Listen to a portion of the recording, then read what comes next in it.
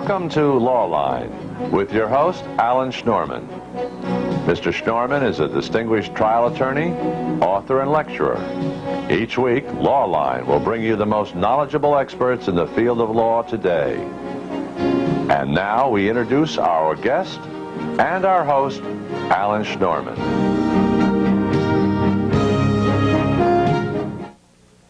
Welcome to Lawline. Toy safety occupies a special place in the heart of most Americans. Each year, 150,000 children end up in hospital emergency rooms, and about 50 die of toy-related injuries. Many of those injuries are the result of inadequate supervision and improper use of the toy. But consumer groups feel a significant number of injuries are caused by unsafe toys in the marketplace. Also, poor labeling contributes to this. Today we'll look at this important issue with our guest Frederick Locker, General Counsel for the Toy Manufacturers of America, and Harvey Weitz, an attorney who specializes in product liability. Hello, Rick. Hello, Harvey. Hello. Hi. Harvey, what makes a toy unsafe? When do you do a product liability case? Well, primarily, this area of toy safety and the area of grave, most important concern relates to infants, children under the age of 1 year, 12 months, and toddlers, children under the age of 2 years, under the age of 3 years.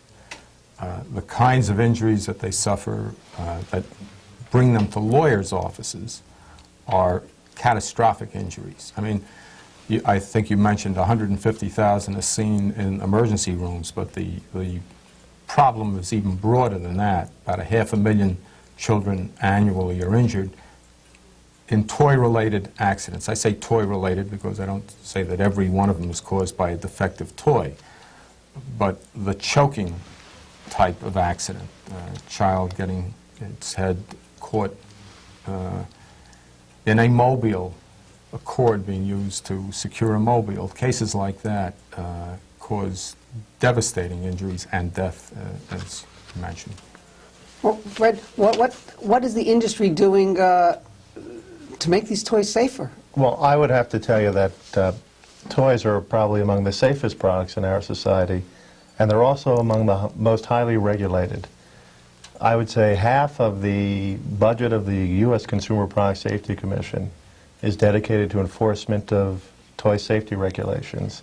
And I would also tell you that in terms of this country as opposed to every other country in the world, we have an abundance, almost too many, safety regulations that govern the production of Well, Fred, toys. how do you respond to what Harvey had just said about all these children being strangled? I'm going to respond to that because I like to have the opportunity, because there's a lot of misconception and misstatements and falsities that are perpetuated by rumor or ignorance or otherwise.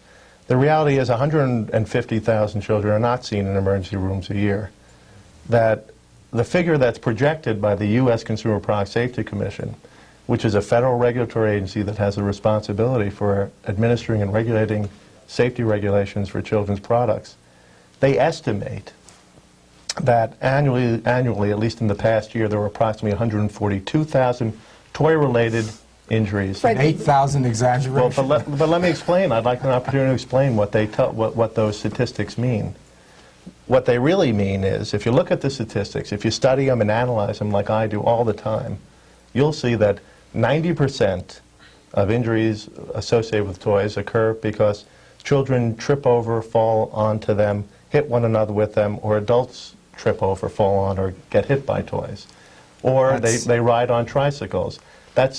I would say it's almost close to 90%. The other 10% are related to specific causative factors, may involve small parts or choking, as opposed to what Mr. Harvey said here. But you don't, I'm telling you, half of the, when you say that most of these injuries occur to infants, that's not true. Okay, let's get a response. Almost half the estimates are related to children over Harvey? 5 You're going to have a very people long, 60 years you're going to have old. a very long response, because there are a lot of things that said that just I can't sit still for. First of all, we're not the most regulated nor the best regulated. In fact, the Consumer Product Safety Commission has been properly called the living corpse. It's been sabotaged by 2 presidents who have refused to appoint another commissioner so that it could have a quorum and meet and promulgate regulations. That's number one. The fact that they have most of their budget may be going to, more than half is going to toy products, doesn't speak for very much because their budget is almost non-existent. Their staff has been cut. It is a body that exists in name only, and probably when the states start trying to get back into this field, they will then wake up, as recently happened with the Federal Trade Commission. As soon as the states said, we have to do something, the federal government has abandoned this job. When the states start saying, we need better regulation of the toy industry, then we'll see an awakening of the Consumer Product Safety Harvey, Commission. I'll Let me finish. I'll tell you why it's a Please, misconception. I waited. Okay. Let me finish, because I don't think you want this to be your position, that it is acceptable to the toy manufacturers that we have, whether it's 37 children a year or whether it's 50 children a year, choked to death on small parts, the kinds of episodes that could be avoided. You certainly don't want to stand for that, I'm sure. No, absolutely not. As a matter of fact, we have a very strong interest in promoting toy safety. Our regulations, we have a voluntary standard that's incorporated in the industry by the TMA. It's probably the most comprehensive standard around for toy safety and toy safety product and toy safety regulation. But still you have products that are flammable, which go out onto the market, unlabeled, without warnings. When I say you, I'm not... Well, I understand know that, there are Harvey, reputable but- manufacturers and non-reputable manufacturers. And when I say that you're not regulated enough, what I'm saying to you is that these voluntary standards, which is about the only thing that the CPSC has done, they've said to the manufacturers, make up your own standards. Allow flammable toys to go out in the market without warnings, without labels, and that can cause catastrophic injuries to children. I would have How to come that's not disagree. prevented? There's a federal flammable standard for toys. clothes. Are you saying what Harvey's saying is not true? I'm saying what he's saying is specifically not true. They go out onto the... We just had Paddington Doll, if I recall the name correctly, Look, a let him flammable toy out on the in the marketplace. How do you know that the Paddington Bear was a flammable toy? It's been reported as such. By That's who? why. It's been reported as such by a committee of the ADA who's investigated this. That's Ann Brown's committee. And let me tell you something so you know this. And so specifically, a product like that is not subject to any trade libel here during this show. That Paddington Bear is not highly flammable. It is in full compliance with all the federal flammability regulations. wait, that doesn't make it a non-flammable. That's the problem with these voluntary things. It doesn't make it a non-flammable Harvey, substance. this is not a voluntary standard. We have It's to a take a federal break now, mandatory standard. but we'll continue this discussion right after the break. You're watching Lawline. Stay with us.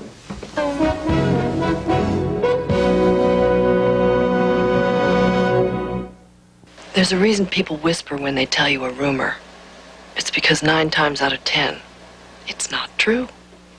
Take all the rumors about AIDS. People are saying you can catch AIDS from a mosquito bite or in swimming pools. The fact is there isn't a single case of AIDS on record caused by casual contact. It's up to you. You can believe the rumors, or you can get the facts. Rumors are spreading faster than AIDS. Call your local Red Cross for the facts. Lawyers, like medical specialists, limit their practice to certain areas of the law. At our firm, Zalman & Schnorman, we specialize in personal injury litigation. We concentrate on helping injury victims receive fair compensation, and there is no charge for our legal services unless we are successful. If you are too injured to come to our office, we will come to see you. At Zalman & Schnorman, we care about you.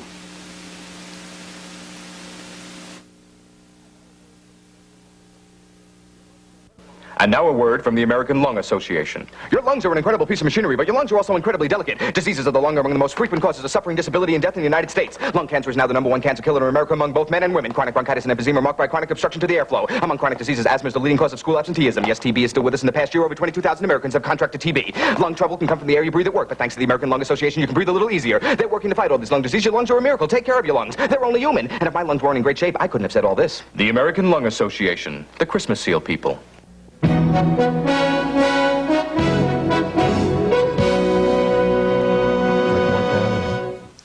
Hello, I'm Alan Schnorman. You're watching Lawline. Today's topic is toy safety. With us is Frederick Locker from the Manufacturers Association, Rick is the counsel, and Harvey Weitz, a products liability attorney. Rick, you were saying before about the flammability of one product or another, but let me go on to just a little different topic. I understand there are 2 billion toys sold annually here in the United States. They're close to 2 billion and approximately products. 1 billion of those toys are imports. Well, how do you protect the American consumer from a faulty import? The regulations that govern toy safety apply to goods manufactured here as well as imported. And many of the imported product are brought in by major and reputable manufacturers, manufacturers who join in our association and who have a very strong interest in promoting toy safety. You said many, but certainly that's not all. That doesn't cover 100%, but I would say it covers over 95%. Well, Harvey, what's been your experience? I tell you, my problem with this entire field is that, and as I listen, I'm perhaps listening too much as an adversary, but I hear that what is being pitched is a plea for leave us alone, we are regulated. Regulated meaning we're self-regulated. Leave us alone. We have all of these standards that are set up in federal statutes like the flammability standards. But what they're really trying to pitch is that these standards are adequate. They are not. They've come about as a result of compromise. And the public is being fed a bill of goods. And I say that most advisedly. We have flammable fabrics. You can walk through the courts of the United States and find one flammable fabric case after another. You'll see a child catastrophically injured, horribly burned, and the manufacturer saying, we complied with all the federal standards, which is true, but the standards are too low. Well, Harvey, we were talking about flammable toys a minute ago. We have standards. The standards are too low. That animal will ignite. When that ignites, a child in bedclothing ends up burned. Harvey, in your experience, do foreign manufacturers, again, they sell over 1 billion toys here a year. Those things come in, they don't care what they're selling, and don't depend upon customs to stop anything from coming into the United States. All you have to do is walk down to a street corner and know they can't stop anything. They're supposed to inspect and see to it that these foreign manufacturers comply with our standards, which, by the way, are lower than the standards you'll find in Japan and lower than the standards you'll find in Canada. I would disagree. We have among the most stringent toy safety standards You in know the that world, the standards, period. You know the standards for the size of objects that's are just higher not in true. Canada. Let's discuss that. Goods are coming from abroad, Yes. whether they're coming from Hong Kong or Taiwan. What precautions, how do I know that if I buy that good at a reputable store, that good is safe? Now, I'm buying it half the electronic goods for toys. I'd like the opportunity to answer that, because let me explain that. The regulations, the laws on the books now, make it the responsibility of the retailer, make it the responsibility of the manufacturer and importer to make sure that that product complies with the federal regulations on toy safety. But And their defense is always, I got a sealed package, I didn't look inside the package, and I just passed it along. All I did was act as a forwarder of From material. personal experience, let me tell you, the CPSC doesn't care about that. If they can find the manufacturer, they'll go after the manufacturer. If they can find the importer, they'll go after the importer. If they can't find either, they'll go after the retailer, and the retailer will bear responsibility for When you making say- sure a banned What product do you mean or a by hazardous go after? product. Yeah. What do you mean by go after? Do they pull the goods off the shelves? Yes, they do. And how many people do they have? I have here a question that they're understaffed. If you have 1 billion toys coming in from foreign countries, I mean, how many let me people do tell they you, have actually, checking? if you look at the regulatory efforts of, say, the U.S. CPSC, their efforts regarding children's products have almost tripled in the last year as opposed to the preceding year. And I'll tell you one of the reasons why that I is. understand, but how many toys were actually looked at? A lot of toys are How actually many? looked at. From 1 billion toys, is it 1%, 2%? Not every toy has to be looked at. You have to realize, even though there are 1 billion toys, you're talking about under 150,000 variety of products. And of those, a lot of the products are looked at. And I'll tell you how they're looked at. Manufacturers themselves, members of our association, certainly adhere themselves That's to the strict standards. voluntary thing. No, not just voluntary What standards. There are, let me just get something straight right here off the bat. There are mandatory standards that govern the size of small parts, Correct. that govern sharp points, Correct. sharp edges, that govern protrusions, that govern accessibility of small fingers into mechanical mechanisms, that govern electricity, thermal hazards. Now, these are all covered by your members of your association. These are covered by mandatory federal regulations Right. under the Federal Hazardous Substances Act. I'm not arguing that with you. And they're also incorporated in our standard. Our standard, we're proud to say, goes even further than that. I mean, you have a higher standard than the federal standards? That's one of the things I was trying to tell you. The federal standards are too low, and they won't be raised because if the standard should be this high, but is this low, and the manufacturers raise it to this point, they say, see, we're higher than the federal standards. That's not and there's the no issue, need to go because further. it's not a question of whether the standards are higher or lower. The standards in the areas that are addressed are the same, but we have broader standards that cover different areas that hasn't even been addressed. What percent of the manufacturers do you represent? If there's 2 billion toys coming We into the represent country, the manufacturers of 95% of all toy products sold in the United States. including foreign producers? Including producers' imports that come into the country. Harvey, if I gave you the ability Yeah. to correct the system as you see it, what would you do? I would, first of all, I would add sufficient commissioners so we could have a quorum at the Consumer Product Safety Commission. I would add to the staff of that commission, and I would not depend upon voluntary trade regulation. That's, and I don't, again, I don't mean to single out your industry as saying that there are a bunch of bad guys. I'm sure, as in all industry, there are good guys and bad guys, and I'm certain that you are trying to uphold the highest standards, but it's being imposed by yourself, and you will never be as objective as a Consumer Product Commission that doesn't have the same axe to grind, so to speak. They need more staff, and they have to implement mandatory standards, both for the packaging, warning. Now, labeling is a critical part of this. Rick, you haven't mentioned it, but I'm sure you would if we had Well, if I come had the to it. opportunity, I Let me certainly will. say something about, Sure.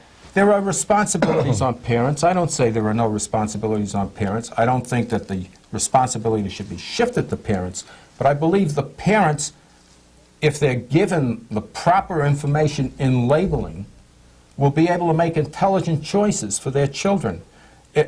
No child can be supervised 24 hours a day. Parents have to be told, destroy this packaging, dispose of these materials in the package. They can cause harm to the children. To say not, when you put on for use for children over 3, that's not good enough. You have to say to them, this shouldn't be used by a child under 3 because this can be swallowed. This can be ingested. That's the kind of labeling we need, and we need it coming from a commission which says, this is what we think is required, and this is what we say to you, Mr. Manufacturer, as a responsible individual, you have to do, and it's our job to do it independently. I would just want to say that when you talk about the federal safety standards, they are mandatory, and they do create what we call per se violations. If you have a toy product that fails one of those test criteria, it's banned, it's subject to seizure, it can be removed from the marketplace. The manufacturer is subject to high fines. Rick? They're subject to reporting obligations to tell the government about these I'm products. going to ask you about the steel darts and the cases that come out of that case right after this break. You're watching Lawline. Stay with us.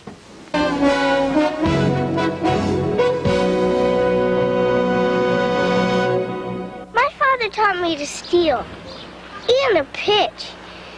Today I struck out 7 and stole home.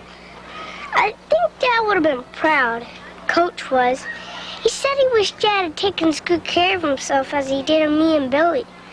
Billy won't talk about it, and Mom can't stop crying. I don't know what it's like to have a heart attack, except I can see it hurts. It hurts bad. You can help prevent heart disease. We can tell you how. If you are injured in an automobile or any type of accident, you may have the right to fair compensation for injuries, pain, and suffering, including loss of wages. So if an accident leaves you disabled or unable to return to your job, put our law firm, Zalman & Schnorman, to work for you. There is no charge for our legal services unless your case is settled or won. Call Zalman & Schnorman, who is specialist in personal injury litigation.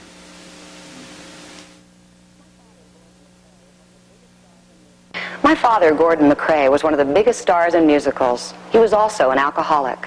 When I was little, I thought I could stop my dad from drinking. But only the alcoholic can do that. And finally, my father got help and stayed sober the last 7 years of his life. I was so proud of him. Alcoholism is treatable and preventable. Be alert to signs that you might need help, especially if you're the child of an alcoholic. For information, call the National Council on Alcoholism, 1-800-NCA-CALL.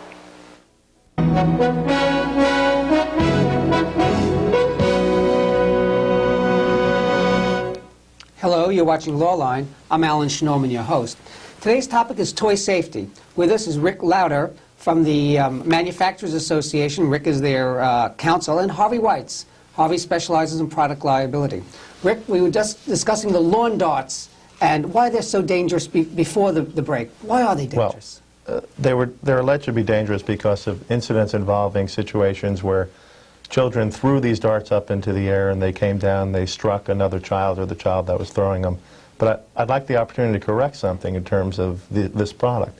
Lawn darts are considered sporting goods, and they're not toys, and they're not manufactured by our members. We see a lot of people talk about flammable clothing and flammable sheets and bathrobes and lawn darts and other juvenile products or products used by children, but they're not really made by members of our association. They're not traditional toys in the sense of that word. You agree with me that as far as a parent is concerned, you go into usually a toy store, and there they are right next to the dolls and everything else, and you say, yeah, this would be nice for my child to have. Well, lawn darts are very highly regulated today under the CPSC. This is one of the problems you have with this volunteerism business. It's a toy. It's not made by anybody who belongs to the Toy Manufacturers Association. So Rick is not speaking for them, and yet in the way he does, because he says, look, it's not a toy, but it is a toy.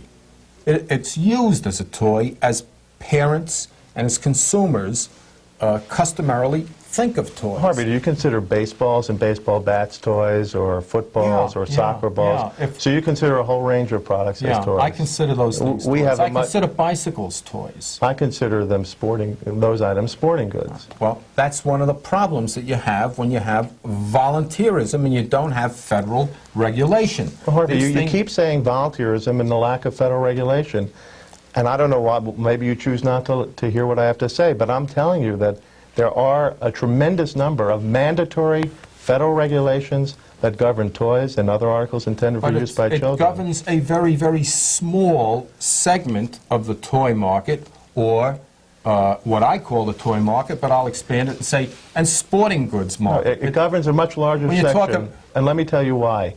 Toys are subject to mandatory use and abuse testing.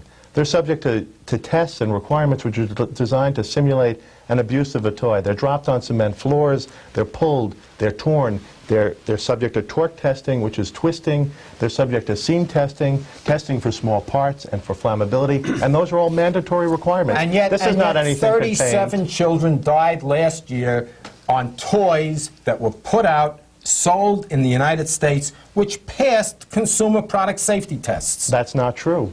Well, it's just not true. Well, what is true? That's a misstatement of fact. What is true? The truth is that between January, in almost a 2-year period, there were 34 deaths that were related to toy products, some of which are not related, and some of which weren't toys. Let me tell you, 5 of those toys were related to children getting their necks caught in toy chests, which weren't even toys, or weren't even sold by... They were furniture, they weren't even sold by toy stores. That's where we get into this. It's furniture now, it's not a toy chest. Rick, I'm sure you would agree with me. Rick, please, I'm sure you agree with me. As a consumer, and you are a consumer, I am a consumer, consumer, have children, and I have a 2-year-old. When you go into a store, you don't evaluate whether the toy chest is a toy or the lawn dart is sporting goods. You buy it because you want to buy something that you hope your child is going to enjoy. That's a very good point, and that brings us to something that we should be talking about, and we should be talking about what parents can do, what we should be helping to advise them on what to look for in toys and in products and everything else. Do that. That's important. All right, I think it's very important. I think that parents should, when they go into a toy store, take a careful look at the products that they see, whether they be on the shelves or by the cash registers. They should take a careful look. They should listen to they should follow, if there's an age recommendation on that package. Everyone has a propensity to think, well, my daughter is particularly bright, the smartest girl in the world. And I think Of that. course I'm it's true. a father, and I think the same thing. But you should step back for a second and think, and you should follow the age guidelines on those packages, and you should also look at the product and look. Do all products does it contain have to have small the age parts? guidelines on them? No, all products don't have to have age guidelines. Do you know, I the saw a age product that guideline- didn't even have a manufacturer's name on it the other day. Most products made by reputable manufacturers do contain the manufacturer's name on it. But you see that even an age guideline is insufficient because if it says for 3 to 6, that's not enough. It should, if it's not for use, specifically not to be used by younger children, it should say that. Rick- You might lose a few sales, but you might avoid a As catastrophic counsel to the injury. Manufacturers Yes. Association, Yes. when you receive a lawsuit stating that this toy is dangerous, and again, this is the belief of that particular plaintiff, what do? Do you take any steps? Well, first of all, our association is rarely sued. We're a not-for-profit trade I'm saying association. one of When your- our members receive those things, they evaluate the product. They try to see if there is a significant problem with the product. I can tell you a multitude of incidences where manufacturers, where they complied with every single regulation, because sometimes you just don't know. A product goes on the marketplace for some unforeseen reason. You may have an incident, you may have a problem. I can tell you scores of incidences where manufacturers faced with that situation have pulled the products from the marketplaces, have busted public offerings for millions of dollars, have acted extremely responsibly. As a rule, you have to understand that in the toy business, the best business is to make safe toys and to have a reputation as a maker of safe products. But So what do you do? manufacturers Getting back act to that very product responsibility. that has hurt a child, what do you do? The first thing the manufacturer does is try to elicit as much information as he can about the product, about the incident and the events surrounding it. Then they try to review the product's design. They go back and they try to see, they keep complaint files. They're able to see if they have any patterns or any other incidences. And they have an obligation under federal law, if they see a pattern of injury, to report it. Harvey? Now, and that's the problem, again, with the Consumer Product Safety Commission is, while there is an obligation, there are violations of this obligation. They are not checking on those violations. They don't have the personnel to do that kind of work. They can't go back. It's only when things pile up and a problem becomes too large to ignore that they then go and check to see whether or not there's been compliance with the reporting obligations. It's great to talk about this, but you know, practically speaking in lawsuits, I always find they say, we've never had a complaint before. Well, I don't think that's necessarily true, because they have a... Quickly, Rick, we have to cut you. Okay, they have a national emergency room injury surveillance system, and they take information, they take consumer complaints. That was the and thing it's you always said was reviewed. unreliable Rick at the start Locker, of the show. counsel it's to the reliable. Toy Manufacturers Association, thank you very much for appearing on Lawline. Harvey White, again, Pleasure. as always, thank you for once more coming back on our show. Thank you. Thank you, on Rocky. Lawline. Pleasure to be here. And as always, thank you, our audience, for watching Lawline. This is Alan Schnorman. Bye-bye. You're a very good spokesperson. You really are. Don't get up. Thanks. You're still... You have been watching Lawline with your host, New York trial attorney, author and lecturer, Alan Schnorman. Mr. Schnorman will be back with you next week at the same time. If you have any questions or comments about this week's program, please write to Lawline, 27th floor, 63 Wall Street, New York, New York, 10005.